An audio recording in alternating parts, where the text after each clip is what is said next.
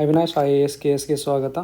Polity PYQ marathon ಸೀರೀಸ್ನ 8ನೇ ದಿನದಲ್ಲಿ KAS 2015ರಲ್ಲಿ ಬಂದಂಥ polity ಪ್ರಶ್ನೆಗಳನ್ನು ಅವಲೋಕನ ಮಾಡೋಣ. ಮೊದಲ ಪ್ರಶ್ನೆ, ಈ ಮುಂದಿನ ಯಾವ ತುರ್ತು ಪರಿಸ್ಥಿತಿಯ ರೂಪವು ನಮ್ಮ ಸಂವಿಧಾನದಲ್ಲಿ ಮಾನ್ಯ ಮಾಡಲಾದ ರೂಪವಾಗಿಲ್ಲ? ಅಂದರೆ ಯಾವುದನ್ನು ನಮ್ಮ ಸಂವಿಧಾನದಲ್ಲಿ ಮೆನ್ಷನ್ ಮಾಡಿಲ್ಲ ಅಂತ ಇಲ್ಲಿ ಪ್ರಶ್ನೆ. ಮೊದಲನೇದಾಗಿ ನೋಡೋಣ. ಯುದ್ಧ, ಬಾಹ್ಯ ಆಕ್ರಮಣ, ಶಸ್ತ್ರದಂಗೆಯ ಕಾರಣದಿಂದಾದ ತುರ್ತು ಪರಿಸ್ಥಿತಿ. ನಿಮಗೆಲ್ಲರಿಗೂ ಗೊತ್ತಿರುವ ಹಾಗೆ ಇದು ವಿಧಿ 352. ರಾಜ್ಯಗಳಲ್ಲಿ ಸಂವಿಧಾನಿಕ ಕಾರ್ಯತಂತ್ರದ ವಿಫಲತೆಯ ಕಾರಣದಿಂದಾದ ತುರ್ತು ಪರಿಸ್ಥಿತಿ, ವಿಧಿ 356. ನೈಸರ್ಗಿಕ ಅವಘಡದ ಕಾರಣದಿಂದಾದ ತುರ್ತು ಪರಿಸ್ಥಿತಿ, ಇದು ಇಲ್ಲ. ಹಾಗಾಗಿ ಉತ್ತರ ಏನಾಗುತ್ತೆ? ಸರಿಯಾದ ಉತ್ತರ ಸಿ. ಹಾಗಾದರೆ ಇನ್ನೊಂದು ಆಪ್ಷನ್ ಏನು ಕೊಟ್ಟಿದೆ ನೋಡೋಣ. ಹಣಕಾಸಿನ ತುರ್ತು ಪರಿಸ್ಥಿತಿ, ಇದರ ಯಾವುದರಲ್ಲಿ ಮೆನ್ಷನ್ ಇದೆ? 360ರಲ್ಲಿ ಮೆನ್ಷನ್ ಇದೆ. ಓಕೆ, ಲೆಟಸ್ ಈ ಮೂರು ತುರ್ತು ಪರಿಸ್ಥಿತಿಗಳನ್ನು ನೀವು ಸರಿಯಾಗಿ ಓದ್ಕೋಬೇಕು. ಈ ಎಲ್ಲ ತುರ್ತು ಪರಿಸ್ಥಿತಿಗಳಿಗೆ ಸಂಬಂಧಪಟ್ಟಂಥ ಪ್ರಶ್ನೆಗಳು ಎಲ್ಲ ಎಕ್ಸಾಮ್ಗಳಲ್ಲಿ ಬರ್ತಕ್ಕಂಥ ಸಾಧ್ಯತೆ ಇರುತ್ತೆ. ಓಕೆ, ನೆಕ್ಸ್ಟ್ ಪ್ರಶ್ನೆ. ಈ ಮುಂದಿನ ಹೇಳಿಕೆಗಳನ್ನು ಪರ್ಯಾಯಲೋಚಿಸಿ. ಅದಾದಮೇಲೆ ಇಲ್ಲಿನ ವಾಕ್ಯ ಸರಿಯಾಗಿದೆ, ಯಾವ ವಾಕ್ಯ ಯಾವ ರೇಟ್ಗಳ ಸಂಬಂಧಿಸಿದಂತೆ ವಾಕ್ಯ ಸರಿಯಾಗಿದೆ ಅನ್ನೋದನ್ನು ಪತ್ತೆ ಹಚ್ಚಿ ಅಂತ ಹೇಳ್ತಾ ಇದ್ದಾರೆ. ಓಕೆ, ಸೊ ಒಂದೊಂದಾಗಿ ನೋಡ್ತಾ ಹೋಗೋಣ.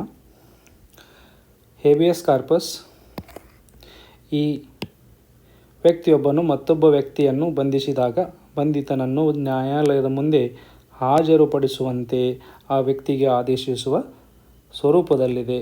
ಇದು ಏನಿದೆ? ಇದು ಆಪ್ಷನ್ ಕರೆಕ್ಟಾಗಿದೆ. ಮ್ಯಾಂಡಮಸ್, ಇದರ ಪದದ ಅರ್ಥ ಅಪ್ಪಣೆ, ಆದೇಶ, ಅಪ್ಪಣೆ ಅಥವಾ ಆದೇಶ. ಇದು ಕೂಡ ಸರಿಯಾಗಿದೆ. ಸರ್ಸಿರಿಯೋಯನ್ನು ಸರ್ಸಿರೋರಿ ಅಧೀನ ನ್ಯಾಯಾಲಯದ ಆದೇಶ ನಿರ್ಧಾರವನ್ನು ರದ್ದುಗೊಳಿಸಲು ಹೊರಡಿಸಲಾಗುತ್ತದೆ. ಇದು ಕೂಡ ಕರೆಕ್ಟಾಗಿದೆ. ಹಾಗಾಗಿ ನಾವೀಗ ಕೆಳಗಡೆ ಕೊಟ್ಟಂಥ ಆಪ್ಷನ್ಗಳನ್ನ ಒಂದು ಸಾರಿ ನೋಡೋಣ. ಇಲ್ಲಿ ಏನಿದೆ? 1, 2, 3 ಈ ಮೂರು ಕರೆಕ್ಟಾಗಿರ್ತಕ್ಕಂಥ ಆಪ್ಷನ್ ಯಾವುದಿದೆ? ಎ ಇದೆ. ಓಕೆ, ಇಲ್ಲಿ ಇವನ್ನ ಎಲಿಮಿನೇಟ್ ಮಾಡ್ಬೋದು ನಾವು. ನಾನು ಇನ್ನೂ 4ನೇದು ಓದೇ ಇಲ್ಲ, ಆವಾಗಲೇ ಏನದ ನಾನು ಉತ್ತರವನ್ನು ಕಂಡು ಹಿಡಿದೆ. ಓಕೆ, ಸೊ 4ನೇದು ಏನು? ಕೋವಾರಂಟು ವಾಟ್ ಈಸ್ ಯುವರ್ ಅಥಾರಿಟಿ? ನಿನ್ನ ಸ್ಥಾನವೇನು ಅನ್ನುವಂಥದ್ದು. ವಾಟ್ ಈಸ್ ಯುವರ್ ಅಥಾರಿಟಿ ಬಗ್ಗೆ ಕೇಳುತ್ತೆ ಇದು. ಆದರೆ ಇಲ್ಲೇನು ಕೊಟ್ಟಿದ್ದಾರೆ? ಅಧೀನ ನ್ಯಾಯಾಲಯವು ಅಧಿಕಾರಾತೀತ ಆದೇಶ. ಹಾಗಾಗಿ ಇದೇನಾಗುತ್ತೆ? ತಪ್ಪಾಗತ್ತೆ. ಸೊ ಆರ್ಟಿಕಲ್ ಇವೆಲ್ಲ ರಿಟ್ಗಳು ಎಲ್ಲಿ ಮೆನ್ಷನ್ಡ್ ಇದೆ? ವಿಧಿ 32ರ ಅಡಿಯಲ್ಲಿ ಸುಪ್ರೀಂ ಕೋರ್ಟ್ ಹೊರಡಿಸತ್ತೆ, 226ರ ಅಡಿಯಲ್ಲಿ ಹೈಕೋರ್ಟ್ ಹೊರಡಿಸತ್ತೆ. ಇವೆಲ್ಲವೂ ಕೂಡ ಅಗೇನ್ ರಿಪೀಟೆಡ್ ಕ್ವಶನ್. ನೆಕ್ಸ್ಟ್, ಇಂತಹ ಸಂದರ್ಭದಲ್ಲಿ ಸಂಸತ್ತಿನ ಜಂಟಿ ಅಧಿವೇಶನವನ್ನು ಕರೆಯಲಾಗುವುದಿಲ್ಲ. ಅಗೇನ್ ಜಂಟಿ ಅಧಿವೇಶನ ಏನಿದೆ ಇದು repeated topic, 5 star topic, repeated topic. Already ನಾವು ಡಿಸ್ಕಸ್ ಮಾಡಿದ್ದೀವಿ. ಓಕೆ, ಜಂಟಿ ಅಧಿವೇಶನವನ್ನು ಎಲ್ಲಿ ಕರೆಯೋದಿಲ್ಲ ಅನ್ನೋದನ್ನು ನಾವು ಪತ್ತೆ ಹಚ್ಚಬೇಕು. ಓಕೆ, ಅಂದರೆ ಇದರಲ್ಲಿ ಏನಂತ ಎಲ್ಲಿ ಕರೀತಾರೆ ಅನ್ನೋದನ್ನು ಪತ್ತೆ ಹಚ್ಚಿಬಿಟ್ವಿ ಅಂತಂದರೆ ಎಲ್ಲಿ ಕರೆಯೋದಿಲ್ಲ ಅನ್ನೋದನ್ನು ಕೂಡ ಪತ್ತೆ ಹಚ್ಬೋದು. ಓಕೆ, ನೋಡೋಣ ಈಗ. ಆಯವ್ಯಯ ಮಸೂದೆ, ಇಲ್ಲಿ ಜಂಟಿ ಅಧಿವೇಶನಕ್ಕೆ ಅವಕಾಶ ಇಲ್ಲ. ಓಕೆ, ಎಲ್ಲಿ ಕರೆಯೋದಿಲ್ಲ? ಇಲ್ಲ, ಕರೆಯೋದಿಲ್ಲ. ಹಣಕಾಸು ಮಸೂದೆಗೆ ಸಂಬಂಧಪಟ್ಟ ಹಾಗೆ ಕೂಡ ಜಂಟಿ ಅಧಿವೇಶನ ಕರೆಯೋದಿಲ್ಲ. ಸಂವಿಧಾನ ತಿದ್ದುಪಡಿಯಲ್ಲಿಯೂ ಕೂಡ ಜಂಟಿ ಅಧಿವೇಶನಕ್ಕೆ ಅವಕಾಶ ಇಲ್ಲ. ಓಕೆ, ಒನ್ಸ್ ಅಗೇನ್ ನಾವೀಗೇನು ಮಾಡ್ಬೋದು ಅಂತಂದರೆ ಇವು ಮೂರು ಇರ್ತಕ್ಕಂಥ ಉತ್ತರವನ್ನು ಆಪ್ಷನನ್ನು ಒಂದು ಸರಿ ನೋಡೋಣ. ಸೊ ಹಾಗಾಗಿ ಏನಾಗುತ್ತೆ? ಯಾವ್ಯಾವ ಆಪ್ಷನ್ ಎಲಿಮಿನೇಟ್ ಆಗ್ತವೆ? 1ನೇ ಆಪ್ಷನ್ ಮತ್ತು 2ನೇ ಸಿ ಆಪ್ಷನ್ ಎಲಿಮಿನೇಟ್ ಆಗುತ್ತೆ. ಇವಾಗ ಏನಿದೆ ಅಂತಂದರೆ ಬಿ ಯಲ್ಲಿನೂ ಕೂಡ 1, 2, 3 ಇದೆ, ಡಿ ಯಲ್ಲಿನೂ ಕೂಡ 1, 2, 3 ಇದೆ. ಇದರಲ್ಲಿ ಅಂದರೆ ನಾವೇನೀಗ ಪತ್ತೆ ಹಚ್ಚಬೇಕು 4 ಇದು ಸರಿನಾ ತಪ್ಪಾ ಅನ್ನುವಂಥದ್ದನ್ನು ನೋಡಬೇಕಾಗತ್ತೆ. ಸಾಮಾನ್ಯ ಮಸೂದೆಯ ಸಂದರ್ಭದಲ್ಲಿ ಏನು ಮಾಡ್ತಾರೆ? ಜಂಟಿ ಅಧಿವೇಶನಕ್ಕೆ ಅವಕಾಶವಿದೆ, ಅವಕಾಶ ಇದೆ ಜಂಟಿ ಅಧಿವೇಶನಕ್ಕಾಗಿ.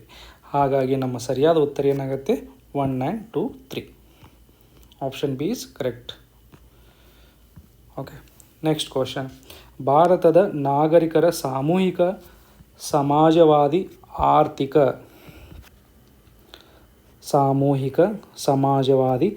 ಆರ್ಥಿಕ ಧ್ಯೇಯೋದ್ದೇಶಗಳನ್ನು ಇದರಲ್ಲಿ ಸೇರಿಸಲಾಗಿದೆ ಅಂತ ಇಲ್ಲಿರ್ತಕ್ಕಂಥ ಪ್ರಶ್ನೆ.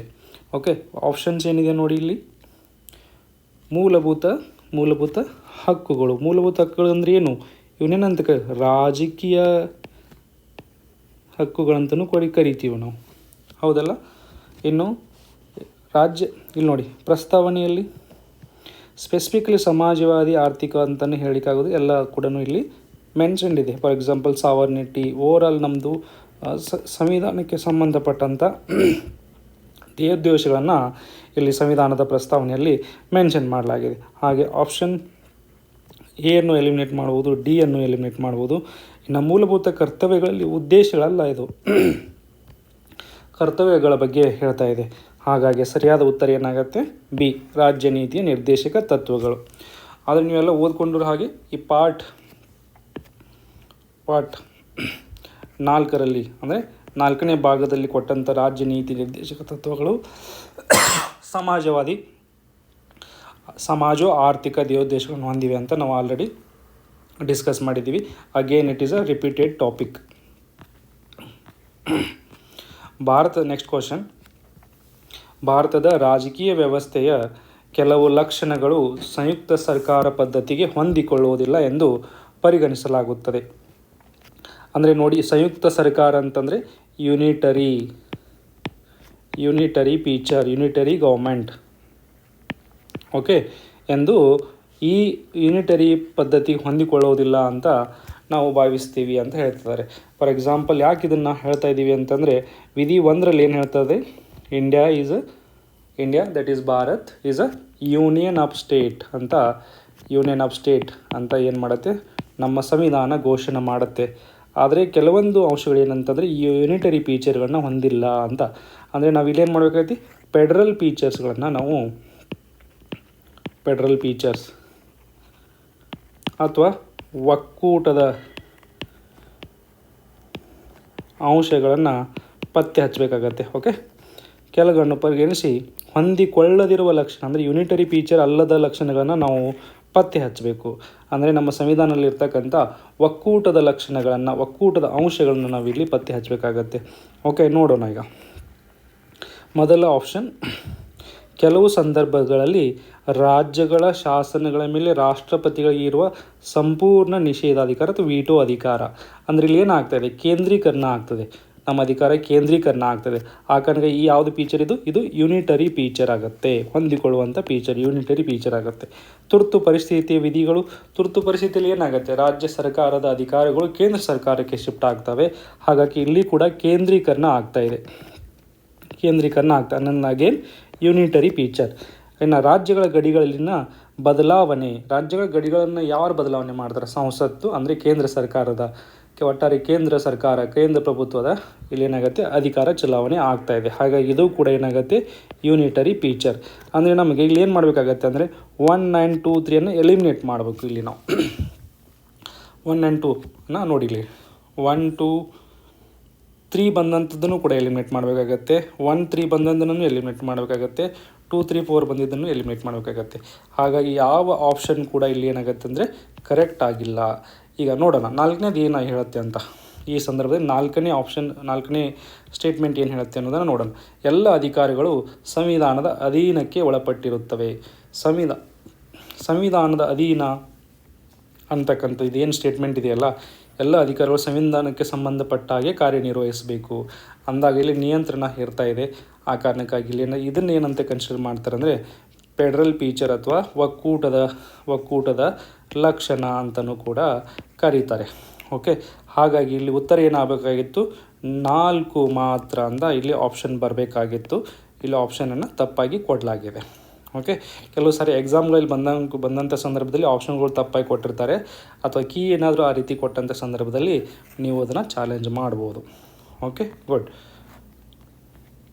ಇದೊಂದು ಹೊಸ ಕಾನ್ಸೆಪ್ಟ್ 2015ನಲ್ಲಿ ಕೇಳಿದ್ದಾರೆ. ಉಳಿದೆಲ್ಲ ಪ್ರಶ್ನೆಗಳಂದರೆ ಹಿಂದಿನ ಪ್ರಶ್ನೆ ಪತ್ರಿಕೆಗಳನ್ನು ಹೊರತುಪಡಿಸಿ ಇದೊಂದು ರೀತಿ ನ್ಯೂ ಕಾನ್ಸೆಪ್ಟ್ ಇಲ್ಲಿ ಕೇಳಿದ್ದಾರೆ 2015ರಲ್ಲಿ.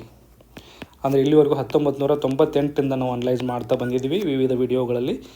ಓಕೆ, ಇಲ್ಲಿವರೆಗೆ ಏನಂತಂದರೆ ಇದು ಹೊಸದಾಗಿ ಪ್ರಥಮ ಬಾರಿಗೆ ಕೇಳಿದ್ದಾರೆ ಈ ಲಕ್ಷಣಗಳಿಗೆ ಸಂಬಂಧಪಟ್ಟ ಹಾಗೆ. Okay, next question. ಪೌರರ ಕೆಳಗಿನ ಹಕ್ಕುಗಳನ್ನು ಪರಿಶೀಲಿಸಿದ ನಂತರ ಇಲ್ಲಿ ನಾವೇನು ಮಾಡಬೇಕಂತಂದರೆ ಫಸ್ಟ್ ಸೆಂಟೆನ್ಸನ್ನು ಓದಬೇಕು. ಈ ರೀತಿ ಸ್ಟೇಟ್ಮೆಂಟನ್ನು ಕೊಟ್ಟಂಥ ಸಂದರ್ಭದಲ್ಲಿ ಪರಿಶೀಲಿಸಿ ನಾವು ಏನು ಮಾಡಬೇಕು ಅನ್ನೋದನ್ನು ಕೂಡ ಮೊದಲು ಇವೆಲ್ಲ ಓದ್ಕೊಳ್ಳೋಕ್ಕಿಂತ ಮುಂಚಿತವಾಗಿಯೇ ನಾವು ಓದಬೇಕು. ಮೇಲೆ ಯಾವುದು ನ್ಯಾಯಿಕ ಪರಿಹಾರ ಕೇಳಲು ಬರೋದಿಲ್ಲ, ನಾನ್ ಜಸ್ಟಿಸೇಬಲ್ ಅಂತ ಕೇಳ್ತಾ ಇದ್ದಾರೆ. ಯಾವ ನಾನ್ ಜಸ್ಟಿಸೇಬಲ್ ಅಲ್ಲ ಅಂದರೆ ಯಾವ ಜಸ್ಟಿಸೇಬಲ್ ಇದ್ದಾವೆ ಅಂತ ಕೇಳ್ತಾ ಇದ್ದಾನೆ. ನಾವು ಏನು ಕೇಳ್ತಾ ಇದ್ದಾನೆ? ಜಸ್ಟಿಸೇಬಲ್ ಅಥವಾ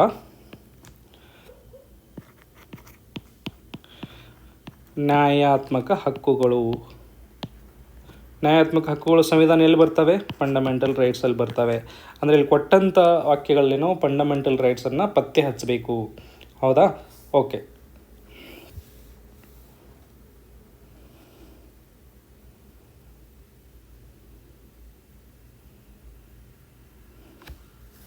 ಇಲ್ಲ ಅಂದರೆ ಇಲ್ಲಿ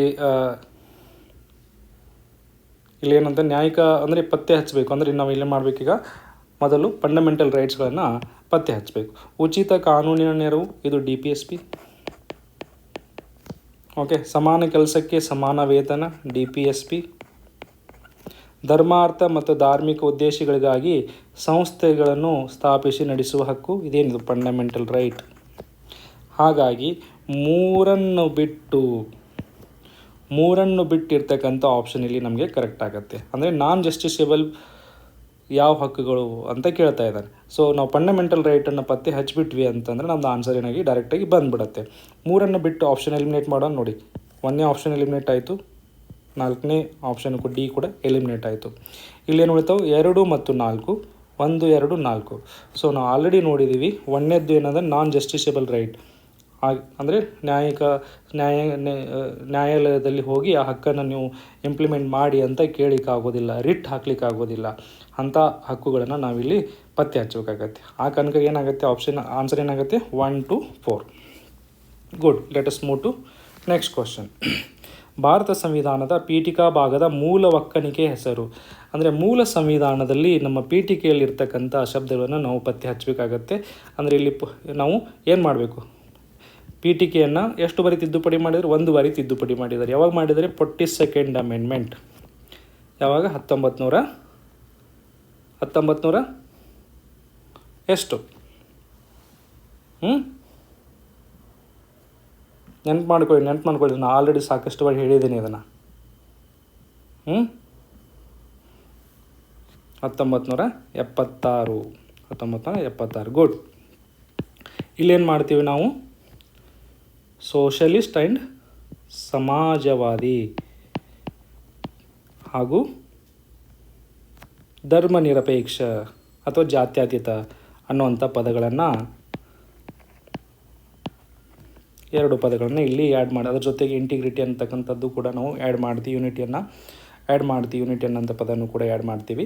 ಸೊ ಇಲ್ಲಿ ಮುಖ್ಯವಾಗಿ ಇಲ್ಲಿರ್ತಕ್ಕಂಥ ಸೆಂಟೆನ್ಸ್ಗೆ ಅನುಗುಣವಾಗಿ ಸಮಾಜವಾದಿ ಮತ್ತು ಜಾತ್ಯತೀತ ಅನ್ನುವಂಥ ಪದಗಳನ್ನು ನಾವು 1976ರಲ್ಲಿ ಆ್ಯಡ್ ಮಾಡಿದ್ವಿ. ಹಾಗಾಗಿ ಈ ಪದಗಳು ಇರ್ತಕ್ಕಂಥ ಸೆಂಟೆನ್ಸನ್ನು ನಾವಿಲ್ಲಿ ಎಲಿಮಿನೇಟ್ ಮಾಡಬೇಕು.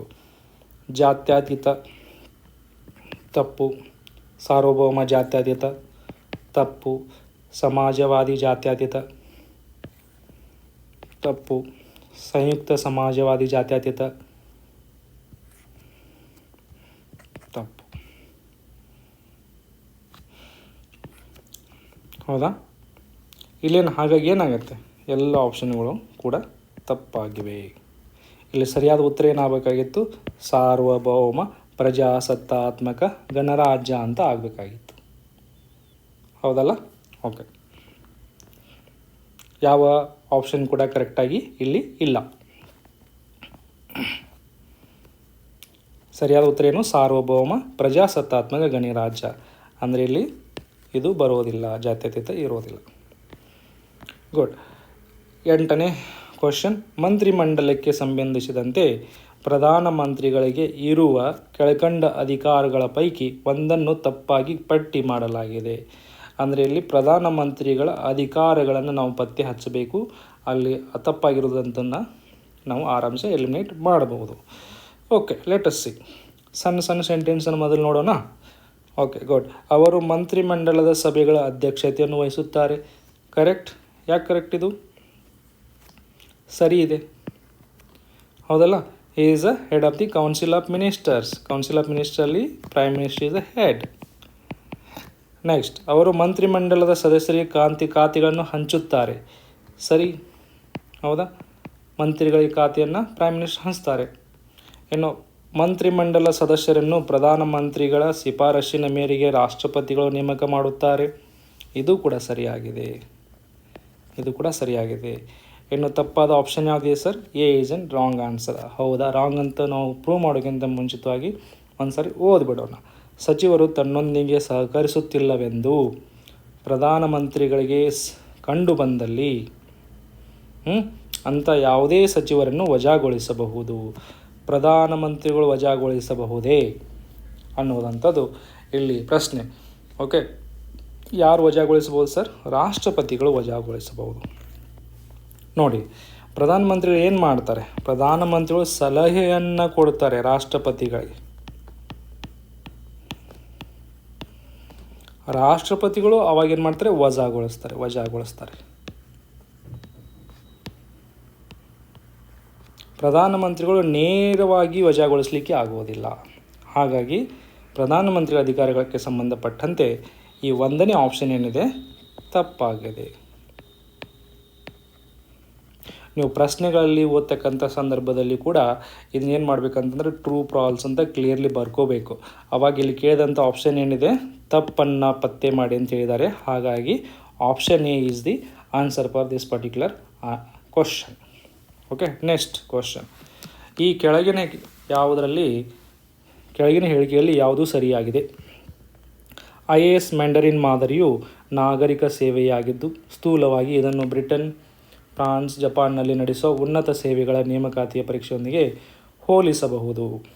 ಓಕೆ, ನೋಡೋಣ. ನೆಕ್ಸ್ಟ್ ಇದು ಸರಿಯಾದ ಉತ್ತರ. ಮ್ಯಾಂಡರಿನ್ ಮಾದರಿ ನಾಗರಿಕ ಸೇವೆ ಅಂತ ಪರಿಗಣಿಸ್ತಾರೆ. ಅದರ ಜೊತೆಗೆ ಈ ರೀತಿಯಾದ ಮಾದರಿಯನ್ನು ಬ್ರಿಟನ್, ಫ್ರಾನ್ಸ್, ಜಪಾನ್ನಲ್ಲೂ ನಾವು ಕಾಣಲಿಕ್ಕೆ ಸಿಗತ್ತೆ. ಓಕೆ, ಅದಕ್ಕಿಂತ ಮುಂಚೆ ಕೊಟ್ಟಂಥ ಉಳಿದ ಆಪ್ಷನ್ಗಳನ್ನು ನೋಡೋಣ. IAS ಅಧಿಕಾರಗಳನ್ನು ಕೇಂದ್ರ ಸರ್ಕಾರಕ್ಕೆ ಹಂಚಿಕೆ ಮಾಡಲಾಗಿದೆ. ಕೇಂದ್ರ ಸರ್ಕಾರಕ್ಕೆ ಹಂಚಿಕೆ ಮಾಡೋಂಗಿಲ್ಲ, ರಾಜ್ಯ ಸರ್ಕಾರಗಳಿಗೆ ಹಂಚಿಕೆ ಮಾಡುತ್ತೆ. ಹೌದಾ? ಕ್ಯಾಡರ್ ಬೇಸ್ಡ್ ಸರ್ವಿಸ್ ಅಂತ IAS, IPS ಆ್ಯಂಡ್ ಫಾರೆಸ್ಟ್ ಸರ್ವಿಸ್ಗಳನ್ನು ಕರೀತಾರೆ. ಆ ಕೇಂದ್ರ ಸರ್ಕಾರಕ್ಕೆ ಹಂಚಿಕೆ, ಕೇಂದ್ರ ಸರ್ಕಾರ ಏನು ಮಾಡುತ್ತೆ? ರಾಜ್ಯಗಳಿಗೆ ಹಂಚಿಕೆ ಮಾಡುತ್ತೆ. ಹಾಗಾಗಿ ಇದೇನಾಗುತ್ತೆ? ತಪ್ಪಾಗುತ್ತೆ. ರಾಜ್ಯ ಸರ್ಕಾರದ ಪ್ರಮುಖ ಆಡಳಿತಾತ್ಮಕ ಹಾಗೂ ಪೊಲೀಸ್ ಸ್ಥಾನಗಳನ್ನು ಕೇವಲ ರಾಜ್ಯ ನಾಗರಿಕ ಸೇವಾ ಅಧಿಕಾರಿಗಳಿಗೆ ಮಾತ್ರ ವಹಿಸಲಾಗುತ್ತದೆ. ತಪ್ಪು, ಹೌದಲ್ಲೋ? UPSCಯಿಂದ ಸೆಲೆಕ್ಟ್ ಆದಂಥ IAS, IPS ಅಧಿಕಾರಿಗಳಿಗೂ ಕೂಡ ವಹಿಸಲಾಗುತ್ತಲ್ಲ, ಅವ್ರಿಗೂ ಕೂಡ ಇರುತ್ತೆ. ಕೇವಲ KPSC ಮುಖಾಂತರ ಬಂದಂಥವ್ರಿಗೆ ಇರೋದಿಲ್ಲ. ಹಾಗಾಗಿ ಇದು ಕೂಡ ತಪ್ಪಾಗುತ್ತೆ. ಇನ್ನು ಆಪ್ಷನ್ ಡಿ, ಪ್ರಸ್ತುತ ಭಾರತೀಯ ಆಡಳಿತಾತ್ಮಕ ಮತ್ತು ಪೊಲೀಸ್ ಸೇವೆಗಳನ್ನು ಸಂವಿಧಾನವು ಸೃಷ್ಟಿಸಿದ ಸೇವೆಗಳು ಎಂಬುದಾಗಿ ಭಾವಿಸಿದೆ ಹಾಗೂ ಸಂಸದೀಯ ಅಧಿನಿಯಮ ಬೆಂಬಲವನ್ನು ಹೊಂದಿಲ್ಲ. ಇದು ತಪ್ಪಾಗಿದೆ. Next question. ಭಾರತದ ಚುನಾವಣೆಗೆ ಸಂಬಂಧಿಸಿದಂತೆ ಇಲ್ಲಿ ನೋಡಿ, 9ನೇ ಕ್ವಶನ್ನಲ್ಲಿ ನಾವು ಎಲ್ಲ ಪ್ರಶ್ನೆ ಪತ್ರಿಕೆಗಳನ್ನು ಕೂಡ ಯಾವುದೇನೇನು ಓದ್ತಾ ಬಂದ್ವಿ, 312, 311 ಅಂದರೆ ನಾಗರಿಕ ಸೇವೆಗಳಿಗೆ ಸಂಬಂಧಪಟ್ಟಂತೆ ಎಲ್ಲ ಪ್ರತಿಯೊಂದು ವರ್ಷದಲ್ಲೂ ಕೂಡ ಪ್ರಶ್ನೆಗಳನ್ನು ಕೇಳ್ತಾ ಬಂದಿದ್ದಾರೆ. ನಾಗರಿಕ ಸೇವೆ ಅನ್ನೋದು ಕೂಡ ಒಂದು 5 star topic, important topic. Then 10ನೇ ಪ್ರಶ್ನೆ. ಭಾರತದ ಚುನಾವಣೆಗೆ ಸಂಬಂಧಿಸಿದಂತೆ ಈ ಮುಂದಿನ ಯಾವುದು ಸಂವಿಧಾನಿಕ ತತ್ವವಾಗಿದೆ? ಓಕೆ, ನೋಡೋಣ, ಪ್ರಶ್ನೆಯನ್ನು ನೋಡೋಣ. ಓಕೆ, ಏನಿದೆ ಆಪ್ಷನ್ಸ್ ಏನಿದೆ ನೋಡಿ ಇಲ್ಲಿ. ಸಂಸತ್ತು ರಾಜ್ಯಗಳ ವಿಧಾನಮಂಡಲ ಚುನಾವಣೆಯು ಪ್ರಮಾಣಾನುಸಾರ ಪ್ರಾತಿನಿಧ್ಯವನ್ನು ಆಧರಿಸಿದೆ. ಪ್ರಮಾಣಾನುಸಾರ ಇಲ್ಲ, ಹಾಗಾಗಿ ಇದೇನಾಗುತ್ತೆ? ತಪ್ಪು. ಸಂಸತ್ನಲ್ಲಿ ನೇರ ನಾವು ಚುನಾವಣೆ ಮುಖಾಂತರ ವೋಟ್ ಮುಖಾಂತರ first pass the post system ಮುಖಾಂತರ ನಾವು ಆಯ್ಕೆ ಮಾಡ್ತೀವಿ. ಪ್ರಮಾಣಾನುಸಾರ ಅಲ್ಲ, ಪ್ರಪೋರ್ಷನೇಟ್ ರಿಪ್ರೆಸೆಂಟೇಷನ್ ಮುಖಾಂತರ ನಾವು ಆಯ್ಕೆ ಮಾಡೋದಿಲ್ಲ. ಹೌದಲ್ಲ? ಸೊ ಚುನಾವಣೆಯು ಪುರುಷ ವಯಸ್ಕರ ಅಂತಿಲ್ಲ, ಯೂನಿವರ್ಸಲ್ ಇದೆ. ಸಾರ್ವತ್ರಿಕ ಅಂತ ಹೇಳುತ್ತೆ. ಯಾವುದು 326 ವಿಧಿ. ಪುರುಷ ಅಂತ ಲಿಂಗ ಆಧಾರಿತವಾಗಿ ಕೊಡೋದಿಲ್ಲ, ಹಾಗಾಗಿ ಇದು ಕೂಡ ತಪ್ಪಾಗತ್ತೆ. ಚುನಾವಣೆಗಳ ಸಂಬಂಧದ ಎಲ್ಲ ವಿಷಯಗಳಿಗೆ ಸಂಬಂಧಿಸಿದಂತೆ ಕಾನೂನು ಮಾಡುವ ಅಧಿಕಾರವು ರಾಜ್ಯ ವಿಧಾನಮಂಡಲಕ್ಕೆ ಹೇಗೆ ಸಾಧ್ಯ ಸರ್? ಕೇಂದ್ರ ಸರ್ಕಾರ ಸಂಸತ್ತಿಗಿರುತ್ತೆ, ಹೌದಲ್ಲ? ಸೊ ಹಾಗಾಗಿ ನಮ್ಮದು ಉತ್ತರ ಏನಾಗಬೇಕು? ಡಿ ಆಗಬೇಕು. ಡಿ ಕರೆಕ್ಟ್ ಅಂತ ಹೇಳೋಕ್ಕಿಂತ ಮುಂಚಿತವಾಗಿ ಒಂದು ಸಾರಿ ಓದಿಬಿಡೋಣ. ಯಾರೇ ವ್ಯಕ್ತಿಯನ್ನು ಅವನ ಅಥವಾ ಅವಳ ಧರ್ಮ, ಜನಾಂಗ, ಜಾತಿ, ಲಿಂಗ ಅಥವಾ ಇವುಗಳಲ್ಲಿ ಯಾವುದೇ ಒಂದರ ಆಧಾರದ ಮೇಲೆ ಚುನಾವಣಾ ಮತಪಟ್ಟಿಯಿಂದ ಹೊರಗಿಡತಕ್ಕದ್ದಲ್ಲ. ಇದು ಸರಿಯಾದ ಉತ್ತರ. ಇದು ಕೂಡ ರಿಪೀಟೆಡ್ ಟಾಪಿಕ್. ಹಾಗಾಗಿ 5 ಸ್ಟಾರ್. ಚುನಾವಣೆ, ನಾಗರಿಕ ಸೇವೆ, ಹೀಗೆ ಸಾಕಷ್ಟು ಟಾಪಿಕ್ಗಳಿದೆ. Next question. ರಾಷ್ಟ್ರೀಯ ಮಹಿಳಾ ಆಯೋಗ ಅಧಿನಿಯಮ 1990 ಅಡಿಯಲ್ಲಿ ರಾಷ್ಟ್ರೀಯ ಮಹಿಳಾ ಆಯೋಗವನ್ನು ಶಾಸನಾತ್ಮಕವಾಗಿ 1992ರಲ್ಲಿ ಸ್ಥಾಪನೆ ಮಾಡಲಾಯಿತು. ಅದರ ಉದ್ದೇಶಗಳನ್ನು ನಾವಿಲ್ಲಿ ಪತ್ತೆ ಹಚ್ಚಬೇಕು. ಓಕೆ, ಸೊ ನೋಡೋಣ. ಇದರಲ್ಲಿ ಈ ಉದ್ದೇಶಗಳಂತೂ ಇದ್ದಾವೆ.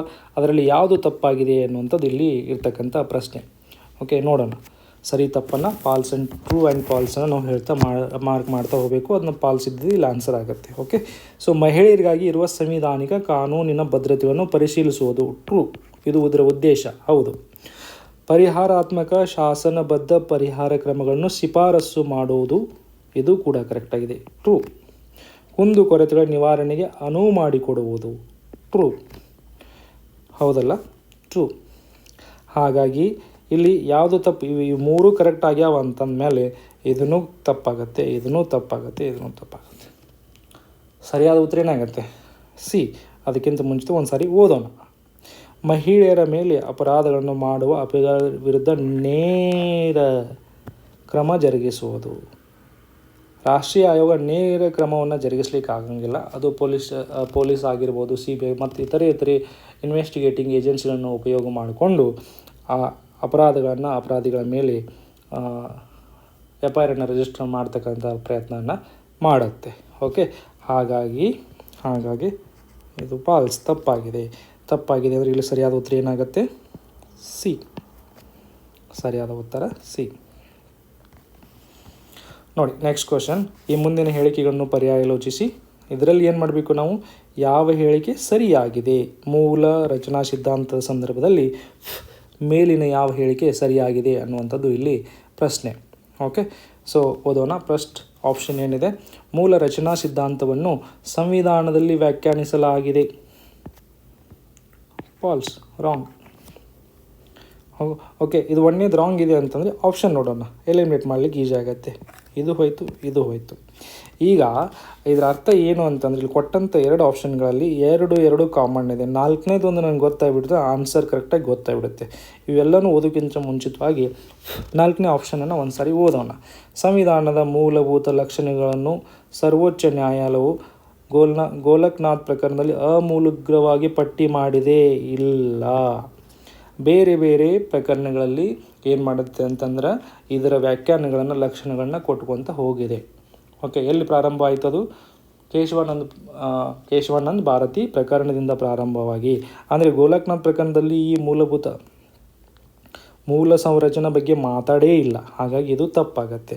ಹಾಗಾಗಿ ನಾವು ಎಲಿಮಿನೇಟ್ ಮಾಡಿ ಡೈರೆಕ್ಟಾಗಿ ಉತ್ತರ ಏನು ಬರುತ್ತೆ ಸರ್? ಇಲ್ಲಿ ಸಿ ಬರುತ್ತೆ. Let us read the second answer. ಸಂವಿಧಾನದ ಹಲವು ಓಕೆ, ಆಪ್ಷನ್ ನೋಡೋಣ. ಈಗ ಆನ್ಸರ್ ಅಂತೂ ಗೊತ್ತಾಯಿತು, ಬಟ್ ಒಂದು ಸಾರಿ ಓದೋಣ. ಸಂವಿಧಾನದ ಹಲವು ನಿರ್ದಿಷ್ಟ ಮೂಲಭೂತ ಲಕ್ಷಣಗಳನ್ನು ಅನುಚ್ಛೇದ 368ರಲ್ಲಿ ತಿದ್ದುಪಡಿ ಮಾಡುವ ಅಧಿಕಾರ ಚಲಾಯಿಸುವುದರಿಂದ ಮಾರ್ಪಾಡು ಮಾಡಲಾಗುವುದು. ಹೌದಲ್ಲ? ವಿಧಿ 368ರಡಿಯಲ್ಲಿ ಸಂಸತ್ತಿಗೆ ಸಂವಿಧಾನವನ್ನು ತಿದ್ದುಪಡಿ ಮಾಡ್ತಕ್ಕಂಥ ಅಧಿಕಾರ ಇದೆ. ಕೆಲವೊಂದಿಷ್ಟು ಮೂಲಭೂತ ಲಕ್ಷಣಗಳನ್ನು ತಿದ್ದುಪಡಿ ಮಾಡುವ, ಅಂದರೆ ಫಂಡಮೆಂಟಲ್ ರೈಟ್ಸ್ಗೆ ಸಂಬಂಧಪಟ್ಟಂಥದ್ದು ಬೇರೆ ಅಂಶಗಳನ್ನು ಇಲ್ಲಿ ತಿದ್ದುಪಡಿ ಮಾಡಲಿಕ್ಕೆ ಅವಕಾಶ ಇರುತ್ತೆ. ಓಕೆ, ಸೊ 3ನೇದು ನೋಡೋಣ, ತಪ್ಪಿದೇನೆ ಏನಿದೆ ಅಂತ.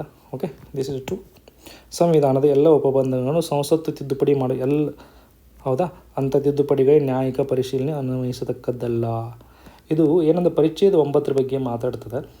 ಅದರಲ್ಲಿ ಇದೇ ರೀತಿಯಾಗಿ ಅದೇ ಉದ್ದೇಶವನ್ನು ಇಟ್ಕೊಳ್ಳೋಕ್ಕಾಗಿತ್ತು, ಬಟ್ ಆದರೆ ಈ ಸದ್ಯಕ್ಕೇನಿದೆ, ಮೂಲ ಸಂರಚನೆಯಲ್ಲಿ ಏನು ಹೇಳುತ್ತೆ, ಎಲ್ಲನೂ ತಿದ್ದುಪಡಿ ಮಾಡಲಿಕ್ಕೆ ಆಗೋದಿಲ್ಲ, ಎಲ್ಲವನ್ನು ತಿದ್ದುಪಡಿ ಮಾಡಲಿಕ್ಕಾಗೋದಿಲ್ಲ. ಯಾಕಂದರೆ ಮೂಲ ಸಂರಚನೆಯನ್ನು ತಿದ್ದುಪಡಿ ಮಾಡಲಿಕ್ಕಾಗೋದಿಲ್ಲ, ಕೆಲವೊಂದಿಷ್ಟು ಪಾಠಗಳನ್ನು ಮಾತ್ರ ತಿದ್ದುಪಡಿ ಮಾಡಬೇಕು ಅನ್ನುವಂಥದ್ದನ್ನು ಕೇಶವಾನಂದ ಭಾರತಿ ಪ್ರಕರಣ ಆಲ್ರೆಡಿ ಹೇಳಾಗಿದೆ. ಹಾಗಾಗಿ ಇದು ಕೂಡ ಫಾಲ್ಸ್ ಆಗುತ್ತೆ. ಸರಿಯಾದ ಉತ್ತರ ಈಸ್ ಸಿ. Next question 13. ಕರ್ನಾಟಕದಲ್ಲಿರುವ ರಾಜ್ಯಸಭಾ ಸ್ಥಾನಗಳೆಷ್ಟು? ಓಕೆ, ಉತ್ತರ ಏನಾಗುತ್ತೆ, ಇದು 12. ಹಾಗಾದರೆ ಇಲ್ಲಿ ಪ್ರಶ್ನೆ ಹುಟ್ಟುತ್ತೆ, ಲೋಕಸಭೆಯ ಸ್ಥಾನಗಳು ಎಷ್ಟು ಕರ್ನಾಟಕದಲ್ಲಿ? ಲೋಕಸಭೆಯ ಸ್ಥಾನಗಳು 28. ಕರ್ನಾಟಕದಲ್ಲಿ ವಿಧಾನಸಭೆ ಕರ್ನಾಟಕದಲ್ಲಿ ಎಷ್ಟಿದೆವು? 224. ಹಾಗಾದರೆ ಕರ್ನಾಟಕ ವಿಧಾನ ಪರಿಷತ್ತು ಎಷ್ಟು? 75. ಓಕೆ, ಸೊ 2015 ಸಂಬಂಧಪಟ್ಟಂಗೆ ಎಲ್ಲ ಕ್ವಶನ್ಗಳನ್ನ ನಾವು ಚರ್ಚೆ ಮಾಡಿದ್ವಿ. ಇಲ್ಲಿ ಬಂದಂತೆ ಭಾಳಷ್ಟು almost more than 50 questions repeated topics ಆಗಿತ್ತು. ಓಕೆ, ನಾವು ಈಗ ಆಲ್ಮೋಸ್ಟ್ ಎಲ್ಲ ಪ್ರಶ್ನೆ ಪತ್ರಿಕೆಗಳನ್ನು ಅವಲೋಕನ ಮಾಡಿದ್ದೀವಿ. ಇನ್ನು 17, 20 ಮುಂದಿನ ದಿನಗಳಲ್ಲಿ ಅವಲೋಕನ ಮಾಡೋಣ. ಅಲ್ಲಿವರೆಗೂ ಎಲ್ಲರಿಗೂ ನಮಸ್ಕಾರ.